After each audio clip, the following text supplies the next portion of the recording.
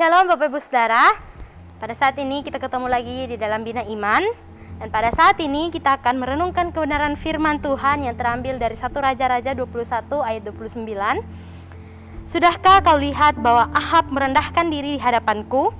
Oleh karena ia telah merendahkan diri di hadapanku, maka aku tidak akan mendatangkan malapetaka dalam zamannya. Barulah dalam zaman anaknya aku akan mendatangkan malapetaka atas keluarganya.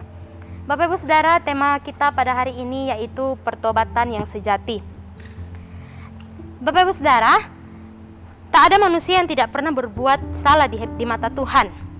Kita lahir dengan natur dosa yang melekat. Bahkan setelah kita hidup di dalam Kristus, kita masih sering berbuat dosa dan kondisi itu menjauhkan kita dari Allah. Akibatnya, seringkali kita merasa terlalu kotor untuk dapat diterima oleh Allah. Bapak Ibu Saudara, di dalam sejarah Israel, Ahab ini merupakan salah satu raja yang jahat di mata Tuhan. Ia seringkali mengambil keputusan yang tidak tepat ketika hatinya berada di dalam suasana yang campur aduk. Salah satunya ia mengambil kebun anggur Nabot dengan cara yang keji di dalam kesepakatannya bersama dengan Izebel istrinya. Dapat kita lihat di dalam ayat 5 sampai ayat yang ke-10. Bapak Ibu Saudara, Nabot ini dibunuh di dalam kemufakatan keji dengan fitnah yang dilontarkan kepadanya. Lalu Ahab merespons dengan mendatangi kebun anggur Nabot setelah kabar kematian Nabot disampaikan kepadanya. Tak ada penyesalan atau dosa yang dilakukannya, sehingga Tuhan menyatakan penghukuman kepadanya melalui Elia. Bapak Ibu Saudara, Alkitab mencatat bahwa tidak pernah ada orang seperti Ahab yang memperbudak dirinya sedemikian rupa. Ia juga melakukan tindakan keji dengan hal-hal yang lainnya di mata Tuhan, yakni menyembah berhala. Bapak Ibu Saudara, Ahab memberikan respon yang tepat ketika ia mendapat teguran dari Nabi Elia.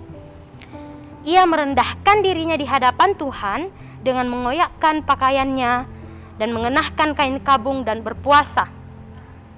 Lalu Tuhan pun menunjukkan belas kasihannya kepada Ahab.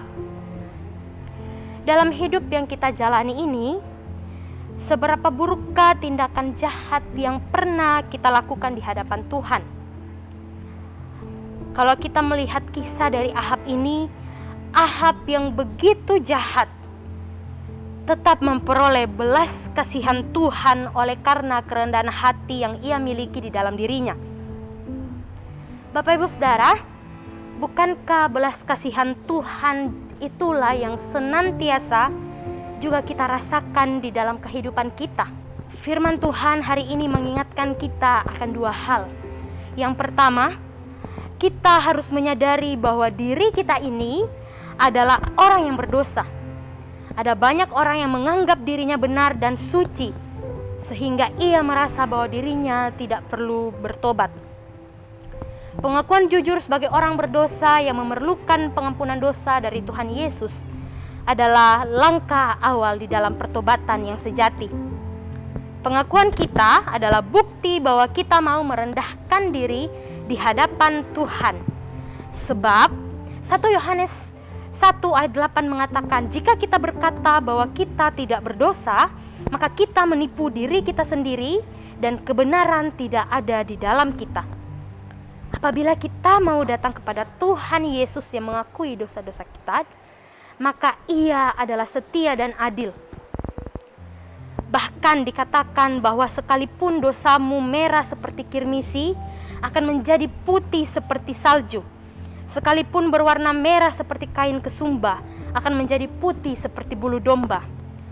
Bapak Ibu Saudara, kita harus percaya dan mengaku bahwa Yesus telah mati di atas kayu salib untuk menebus dosa-dosa kita, dikuburkan dan bangkit pada hari yang ketiga.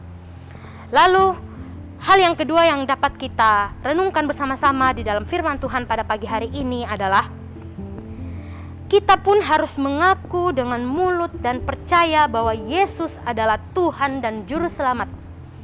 Sebab dengan hati orang percaya dan dibenarkan, dan dengan mulut orang mengaku dan diselamatkan. Jadi Bapak Ibu Saudara, jika kita diselamatkan bukan karena perbuatan kita, tetapi semata-mata karena anugerahnya. Tertulis di dalam Efesus 2 ayat 8-9 yang mengatakan bahwa sebab karena kasih karunia kamu diselamatkan oleh iman. Itu bukan hasil usahamu, tetapi pemberian Allah. Itu bukan hasil pekerjaanmu. Jangan ada orang yang membegahkan diri. Bapak Ibu Saudara, biarlah firman Tuhan pada hari ini boleh terus senantiasa menguatkan kita bahwa kita ini adalah orang yang berdosa. Seringkali kita banyak melakukan dosa di hadapan Tuhan, dan sebenarnya kita ini tidak layak untuk menerima pengampunan daripada Tuhan. Tapi biarlah kita sebagai orang yang berdosa ini boleh datang ke hadirat Tuhan dengan kerendahan hati, sama seperti Ahab. Dia datang di dalam Tuhan dengan kerendahan hati yang dia miliki. Amin. Tuhan Yesus memberkati kita semua.